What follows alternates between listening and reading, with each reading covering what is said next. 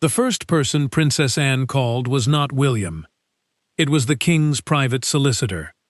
And before sunrise, 3 accounts carrying millions of pounds had been frozen while Charles sat inside Windsor, staring at a document he had never seen before. Across the top were the words, Private Reserve, CR. Charles looked at Anne. Whose account is this? Anne did not answer immediately. She turned the page. 2 more accounts appeared. One in Switzerland. One connected to a private family trust. And beside all 3 was the same name, Camilla Rosemary. Charles went completely silent. Then came the detail that changed everything. The accounts themselves were not necessarily illegal. The money was not automatically stolen. But according to the documents Anne had uncovered, several deposits appeared to have originated from people connected to royal charities, private foundations, and wealthy donors who had attended events involving Camilla. Charles asked the obvious question. Does she know? Anne's answer was terrifyingly simple. We need to find out. But before they could call Camilla, the solicitor turned to page 17.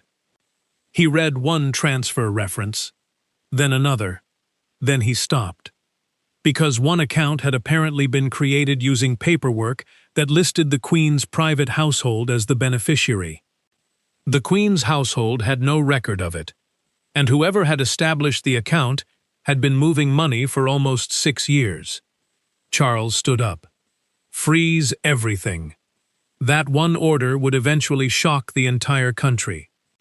But what Charles discovered next made even Anne question whether freezing the accounts had been enough. Because someone had been using Camilla's name, and they appeared to have access to documents that only a tiny number of palace insiders should ever have seen. The crisis began 2 weeks earlier, with something so small that Anne almost ignored it. She had received an audit summary involving several royal-linked charities. The report contained no accusation, no missing millions, no suspicious mansion purchases, just a strange accounting line.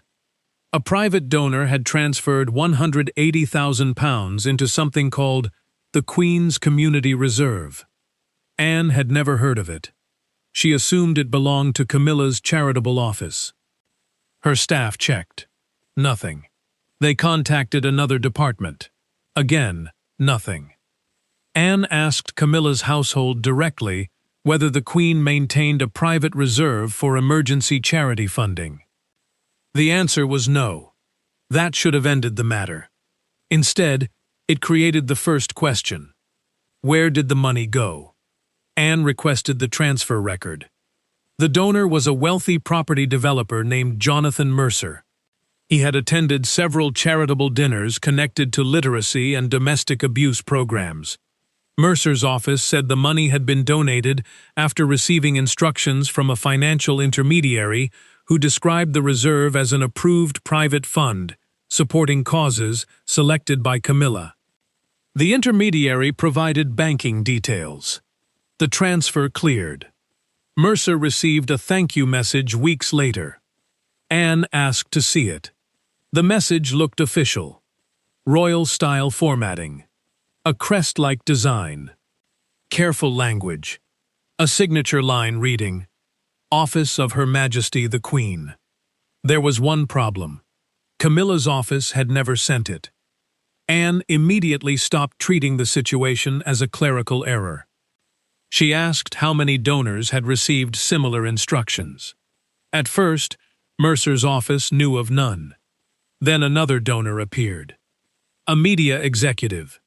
£75,000. Then a retired financier. £210,000. Then an international art collector. £90,000. All had attended events where Camilla was present. All believed they were contributing to a private philanthropic reserve. None claimed Camilla personally asked for money. That distinction mattered enormously. But the total was growing. Anne contacted Charles privately.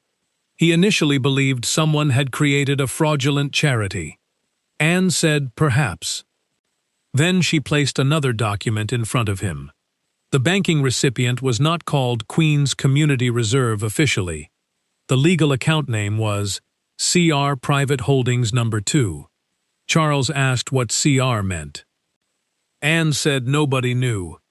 Then the bank identification record surfaced. The beneficial interest paperwork contained Camilla's full legal name. Charles leaned back. For several seconds, he said nothing. Then, does she own it? The lawyers could not answer yet. A name appearing on a beneficial interest document did not prove the person created the account. Signatures could be delegated. Records could be incorrect.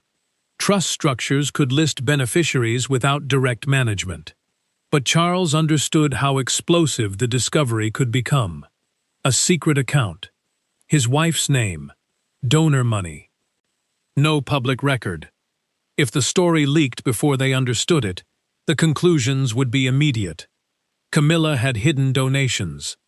Camilla had hidden donations. Camilla had secret money. Camilla was collecting cash through royal access. Anne refused to allow assumptions to outrun evidence. She wanted documents. Everything. Account opening records. Transfers. Instructions. Trust agreements. Names of financial advisors. Charles authorized the investigation. But he made one controversial decision. Do not tell Camilla yet. Anne objected. If her name had been used, she deserved to know. Charles feared evidence could disappear if the matter involved someone inside her household. Anne stared at him. Are you suggesting Camilla might destroy evidence? No? Then tell her. Charles hesitated. He was not suspicious of his wife. He was suspicious of whoever operated close enough to her to create something convincing. That distinction did not make secrecy less dangerous. Anne warned him. If Camilla learned later that the king and his sister investigated accounts in her name behind her back, the financial crisis could become a marriage crisis too. Charles knew. Still, he asked for 48 hours. Anne agreed reluctantly. Those 48 hours changed the entire story. The first account was only part of a network. Investigators identified two more. One was based in a British private bank. Another used a European wealth management structure. A third sat inside a trust, registered through a professional services company. The balances were not identical.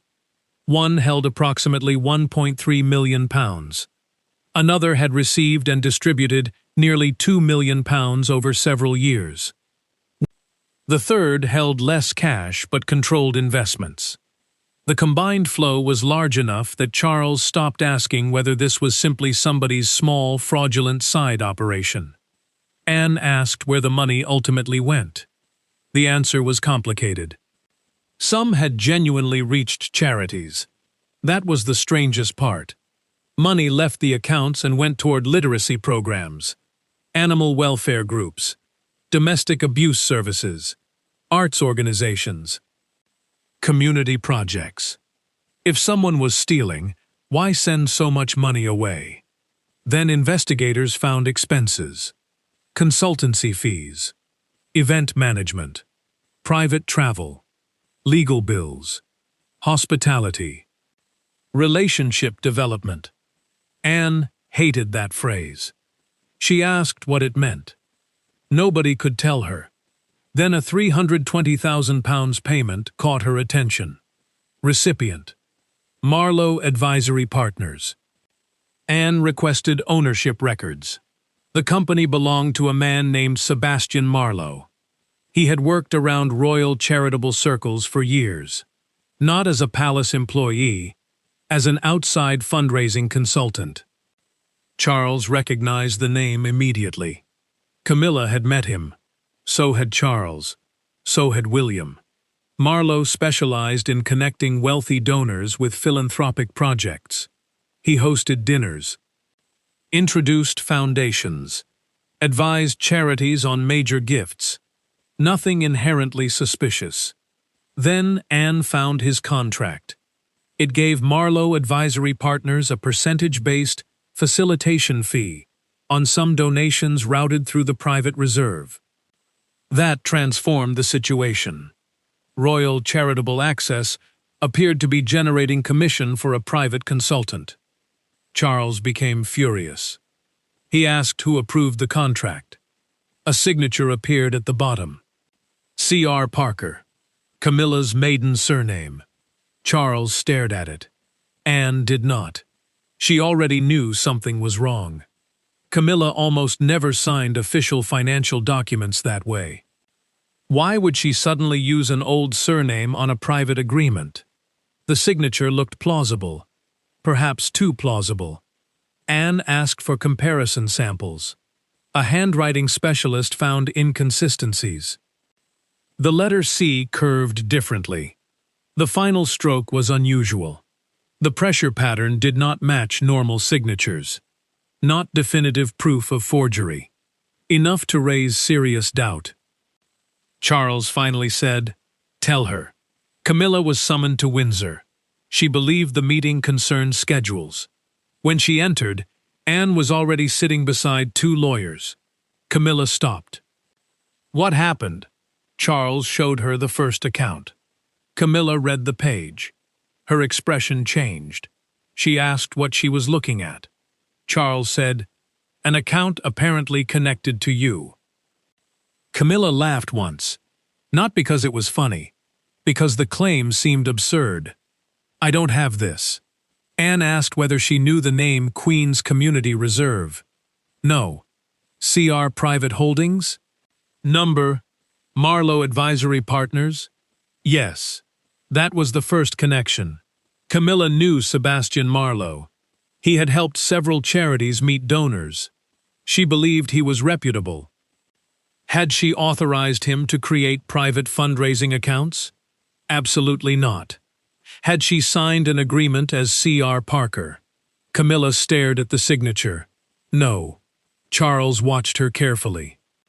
She looked toward him, then toward Anne, then the lawyers. Her expression changed again. "How long have you known?" Charles did not answer quickly enough. Camilla understood. "You investigated me." Charles said they investigated the accounts. "My name is on them. We didn't know who was responsible. And you didn't tell me." Anne intervened. Charles wanted to preserve evidence. Camilla snapped back. "Did you agree?" Anne paused. "Not completely." Camilla stood. For several seconds, Charles seemed afraid she would leave. She did not. Instead, she sat back down. "Show me everything." That decision moved the crisis forward. Camilla recognized some donor names. Others she did not. She remembered Mercer. He attended 2 dinners. She never discussed a private reserve with him. She remembered another donor who once asked whether she had preferred causes. Camilla answered generally. Literacy. Older people. Domestic abuse support. Nothing about sending money to a secret account. Then she saw one email. It appeared to come from her private secretary. The wording was professional. It thanked a donor for supporting Her Majesty's privately directed philanthropic reserve. Camilla shook her head. Her secretary would never use that phrase. Anne asked why. Because it sounded too grand. More importantly, Camilla's office had strict systems for charitable donations. Private money did not simply pass through unofficial accounts carrying her name. They contacted the secretary. She denied writing it. Technical specialists checked the email metadata. The message had been sent from a look-alike domain. One letter in the address was different. The fraud had become clearer. Someone had built an imitation network around Camilla's real charitable life.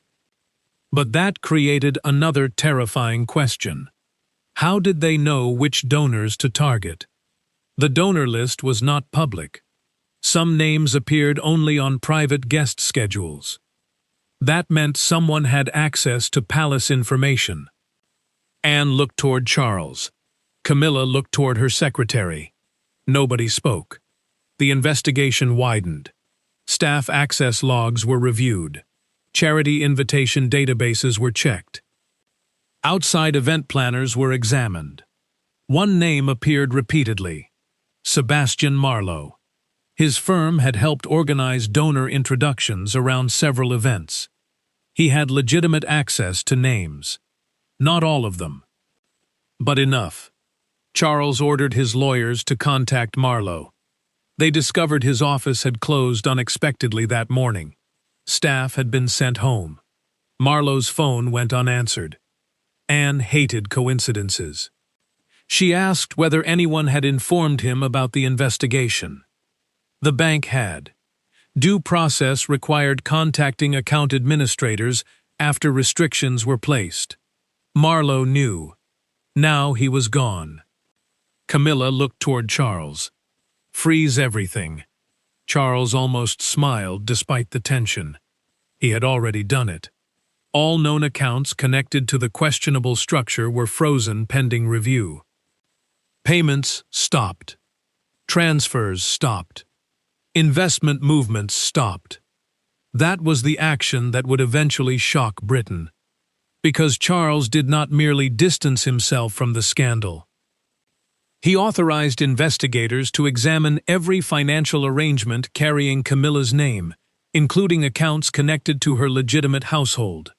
Camilla approved. She wanted the entire network exposed. Anne warned her that the audit could become invasive.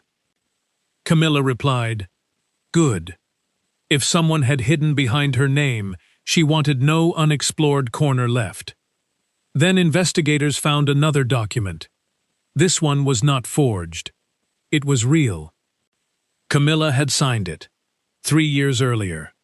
The document authorized Marlowe Advisory Partners to facilitate philanthropic introductions and support donor relationship management. Camilla remembered signing it. Her office wanted professional help connecting charities with foundations. The language sounded harmless. Then Anne showed her Clause 9. Marlowe could establish appropriate administrative mechanisms for donor coordination. Camilla stared at it. Could that include bank accounts? The lawyers disagreed. Marlowe could argue yes. The palace lawyers argued absolutely not without further approval. Camilla asked who reviewed the contract. A former legal advisor. He had since retired. The investigation contacted him. He remembered the document. He said the clause was designed to allow donor portals and event payment structures, not private reserve accounts. Had Marlowe ever asked permission to create one? Not from him. This was no longer a simple forgery story. Marlowe may have started with genuine authority, then stretched it. That possibility frightened Camilla more. Because fraud built entirely from fake documents was easy to condemn. Misuse built around real delegated authority was messier. Charles asked whether Marlowe had personally benefited. The consultancy fees suggested yes. How much? Investigators estimated more than £600,000 over several years. That number spread through the room like poison. Anne wanted to know whether donors were told about the commission. Some were. Others were not. One believed every pound went to charity. Another believed the reserve absorbed only normal administrative expenses. A third knew Marlowe received fees, but assumed the palace had approved them. Nobody seemed to understand the same arrangement. That was a major governance failure even before anyone determined whether laws had been broken. Camilla looked devastated. These donors believed her name guaranteed trust. Even if she never saw the money, her reputation gave the structure value. She asked Charles whether he thought she should step away from her charities temporarily. Charles answered immediately, "No." Anne disagreed slightly. Some governance responsibilities should be transferred during the audit. Camilla accepted. Her public charitable work could continue. Financial oversight would move temporarily to independent trustees. That distinction mattered. Camilla would still visit shelters, attend literacy events, meet volunteers, but she would not approve financial structures while investigators reviewed past arrangements. The palace prepared no announcement. Then the story leaked, and it was worse than anyone expected. The headline did not say consultant. It did not say audit. It did not say disputed authority. It said, Princess Anne exposes Camilla's secret bank accounts. Within minutes, social media exploded. People claimed Camilla had hidden millions from Charles. Others said she had been secretly paid by donors.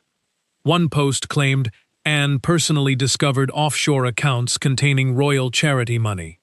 Another said William demanded Camilla be stripped of everything. None matched the evidence investigators had at that stage. Camilla watched the headlines. She did not cry. She became frighteningly quiet. Charles wanted an immediate statement. Anne agreed. This time, silence would be disastrous. The first statement confirmed that financial arrangements connected to external charitable fundraising were under independent review. It stated that Camilla denied creating or personally operating the disputed accounts. It also confirmed that relevant funds had been frozen pending investigation. The word frozen created another wave. Now people assumed Charles himself believed Camilla was guilty. He did not. But Charles refused to reverse the freeze. That shocked several family members. Camilla supported him. If my name is being used, nobody touches that money until we know whose it is. William heard about her decision. His view changed immediately. He had arrived at Windsor expecting another defensive family crisis. Instead, Camilla was asking investigators to go further. William requested copies of the governance findings. Anne gave him a summary. Catherine asked a different question. What happened to charities expecting payments from the frozen accounts? Nobody had considered the immediate consequence carefully enough. Several small organizations depended on grants scheduled that month. They had done nothing wrong. Freezing everything protected evidence, but risked hurting innocent charities. Catherine proposed creating an emergency independent fund using undisputed private donations. Charles agreed. William contributed. Camilla contributed personally. Anne insisted none of the replacement money pass through the disputed system. It went directly through established charities. That prevented the investigation from punishing the very causes everyone claimed to protect. Then came the biggest break. Sebastian Marlowe had not fled the country. He was found staying at a private property outside London. His lawyers contacted the palace. Marlowe denied stealing anything. He said every account had been created for legitimate philanthropic purposes. Every fee was contractually authorized. Camilla's household knew he managed donor relationships. The accounts used her name because donors wanted confidence that money supported causes she cared about. Anne read his statement, then asked one question. Did Camilla know these accounts existed? Marlowe's lawyers gave an extraordinary answer. She was aware of the philanthropic structure, not the accounts. The structure. That wording was deliberate. Camilla became furious. She demanded the investigators ask him directly. Did Queen Camilla personally know about these specific accounts? The eventual answer? Marlowe could not confirm that he had ever discussed each account with her individually. That changed the balance sharply. Then, investigators found internal emails between Marlowe and his staff. One employee had written, "Should we obtain direct Queen approval before opening Reserve 3?" Marlowe replied, "No need to burden household. Existing mandate covers expansion." Anne read the line twice. There it was. Marlowe knew Camilla had not directly approved that account. He believed his original mandate gave him enough authority. Another email was worse. A staff member worried donors might misunderstand the reserve as an official palace account. Marlowe responded, "Do not over-explain structure. Confidence depends on royal association." William became furious. That sentence revealed the business model. Royal proximity itself created donor confidence. Camilla's name made people trust the system. Marlowe apparently understood that explaining too much could weaken the effect.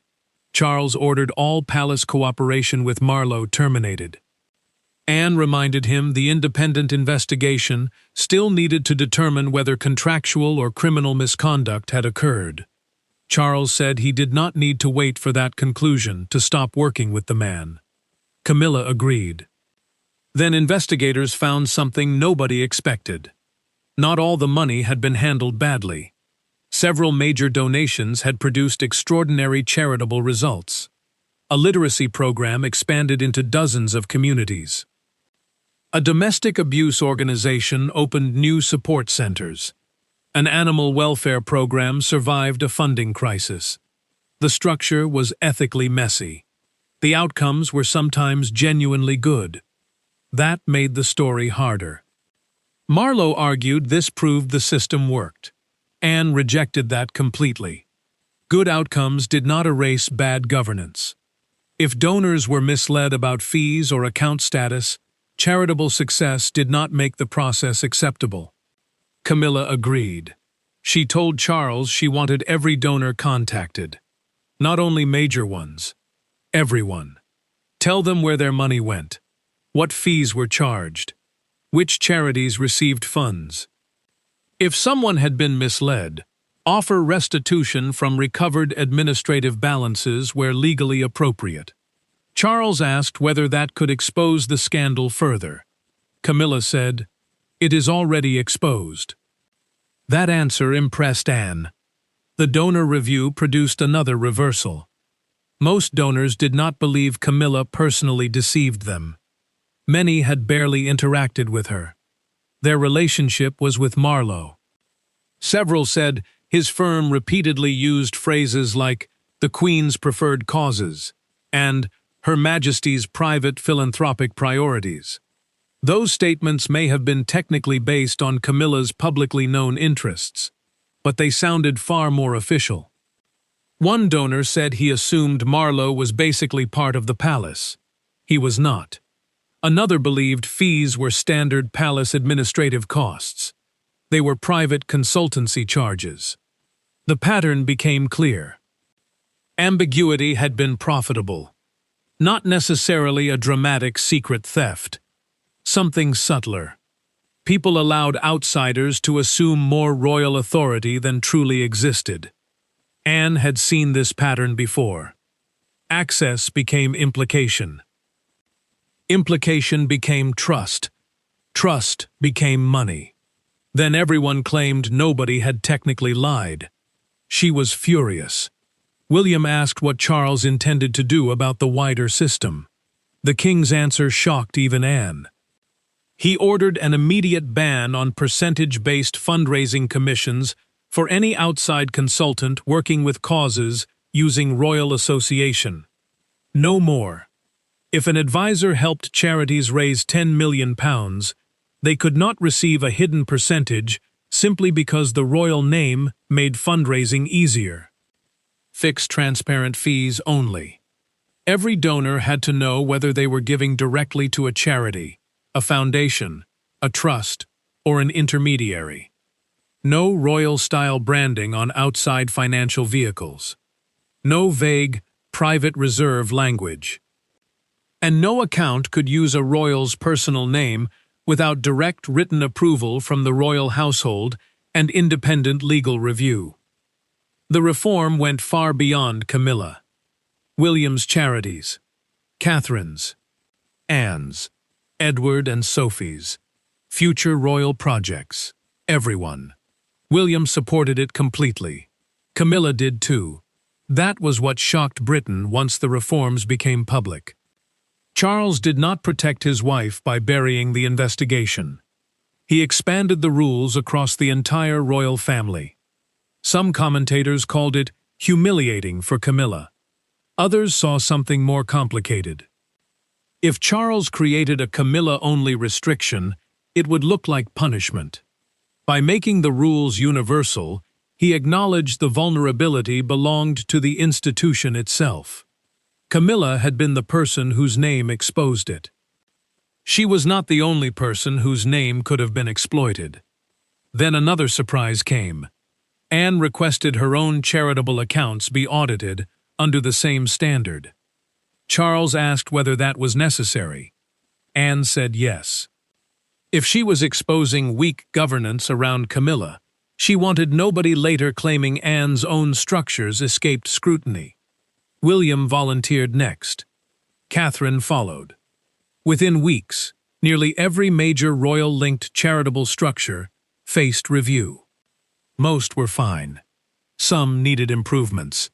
One William-linked foundation had overly vague donor event language.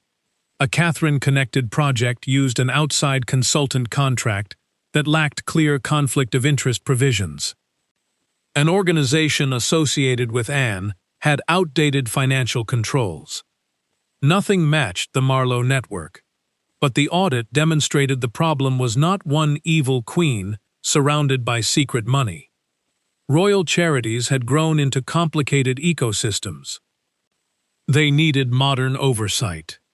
Camilla's humiliation became the trigger for reform. That did not make it emotionally easy. Privately, she felt betrayed by Marlowe. She had met him repeatedly, trusted introductions he made, thanked donors he brought, believed he understood the responsibility attached to royal association. Now she realized he had built a business partly around that trust. Charles asked whether she blamed herself. Camilla said partly. She had signed the original broad contract. She had not asked enough questions. She assumed professionals handled the details. Anne heard about that conversation. She told Camilla something important. Accountability did not require pretending every failure was intentional. Camilla had made a governance mistake. That was not the same as secretly creating accounts. Camilla appreciated the distinction. Then she asked whether Anne had ever suspected her personally. Anne answered honestly. For several hours, I didn't know. Camilla looked hurt. Anne continued. That was why she investigated. Evidence first. Camilla respected the answer more than fake reassurance. She asked what convinced Anne. The emails, the signature inconsistencies, the account structures. The fact that Camilla immediately demanded a full audit rather than trying to narrow it. People revealing hidden schemes usually did not volunteer every drawer. Camilla smiled slightly. That is almost a compliment. Anne told her not to become carried away. The investigation eventually reached its legal conclusion. Inside this palace drama, authorities found no evidence that Camilla personally created the disputed accounts, secretly withdrew donor money, or directed Marlowe to hide fees. Marlowe's conduct remained subject to separate legal and contractual consequences. Several fees were repaid. Some donor agreements were unwound. Remaining charitable balances moved directly to independent foundations. The private reserve network was closed permanently. Charles insisted the closure records be preserved, not destroyed. Future officials needed to understand how easily ambiguous authority could grow. Anne strongly supported that.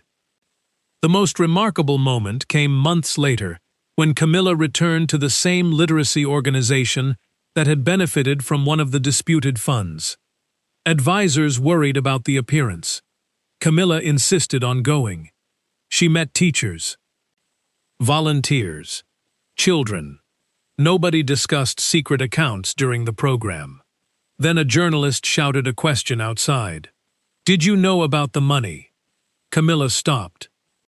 Charles's communications staff had told her not to answer. She answered anyway. "I knew people were supporting causes I cared about. I did not know those private accounts existed in the form investigators later uncovered. I should have asked more questions about how some fundraising was being managed. Then she walked inside. The comments spread everywhere. It contained no dramatic denial of all responsibility. No attack on Anne. No attack on Charles. No claim she had been completely powerless. She separated knowledge from negligence. That helped her more than advisors expected. William told Catherine privately that Camilla had handled the crisis better than he predicted. Catherine replied that public trust sometimes recovered faster from a clear admission than from 20 pages of perfect legal language. Anne probably would have disagreed about the number of pages, but even she accepted the point. The relationship between Anne and Camilla changed too. Before the scandal, Camilla sometimes believed Anne watched her household more critically than others. Afterward, she understood Anne's suspicion was aimed largely at weak systems. Anne could be brutally direct, but she was equally willing to audit herself. That mattered.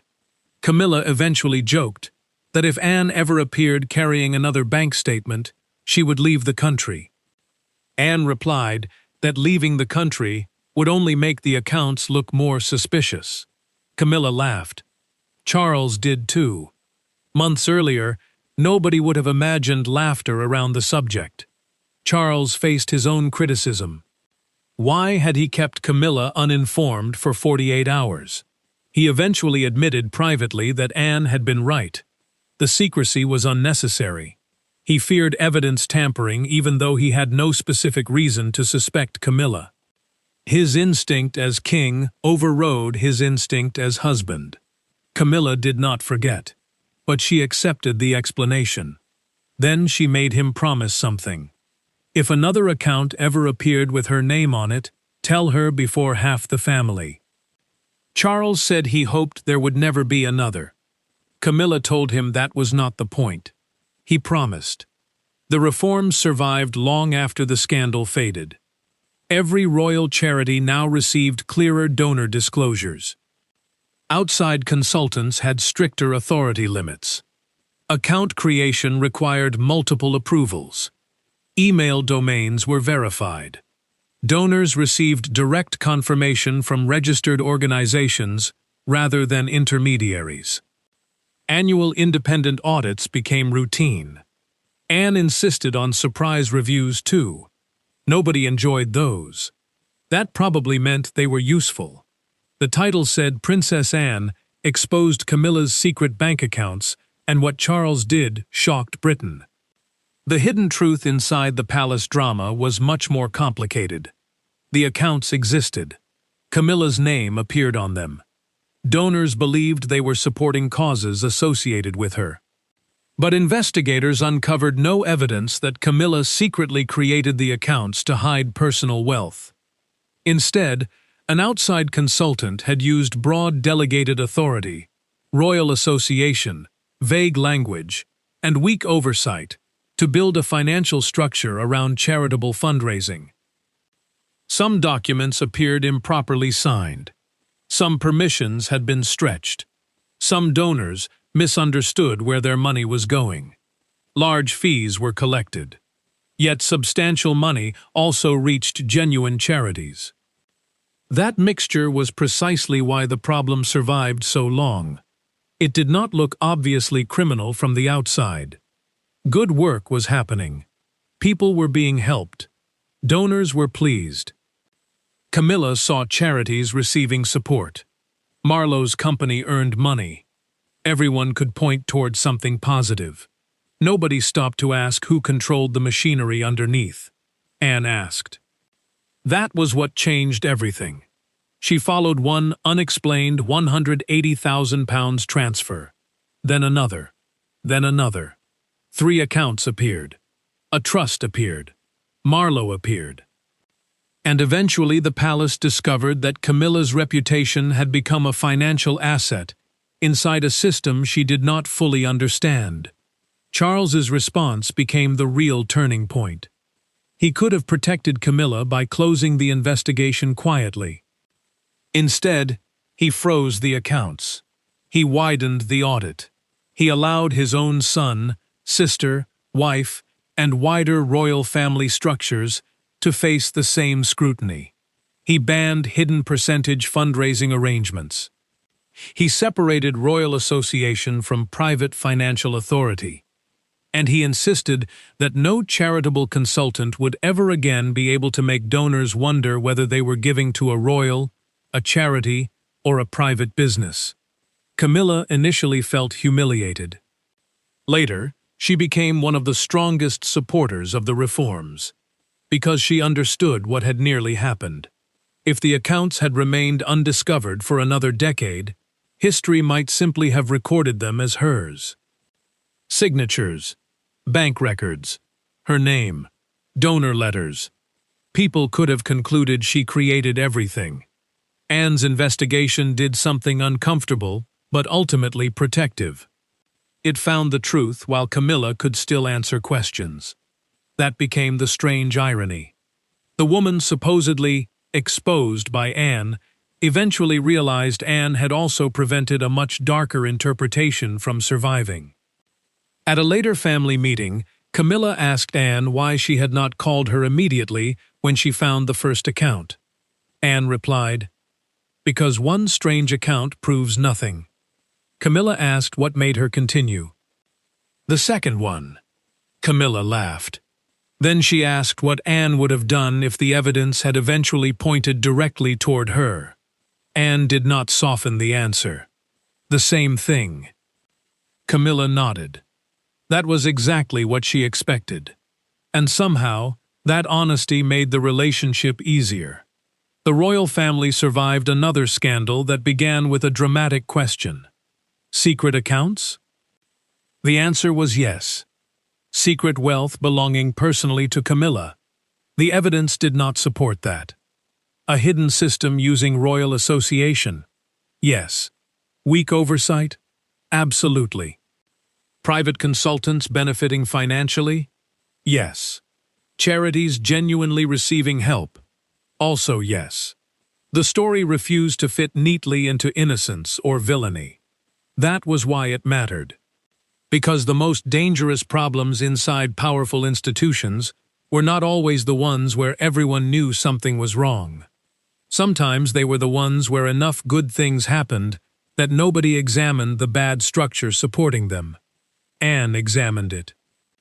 Charles froze it. Camilla opened her own household to scrutiny. William expanded the reforms. Catherine protected innocent charities from losing emergency funding. And Britain eventually saw a palace do something it rarely found comfortable.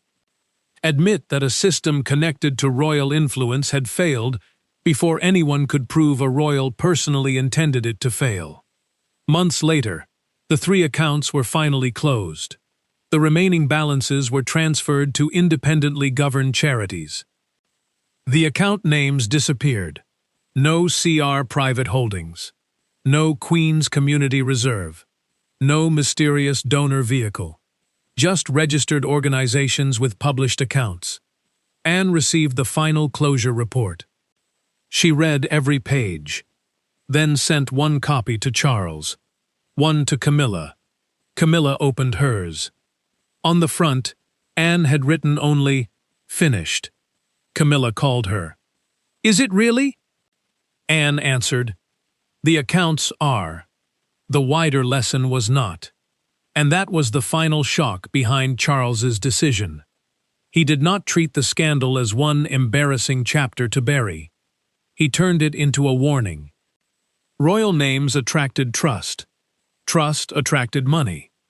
Money attracted people who understood exactly how valuable proximity could become. The next person might not call something a secret reserve. They might use different words. Different companies. Different methods.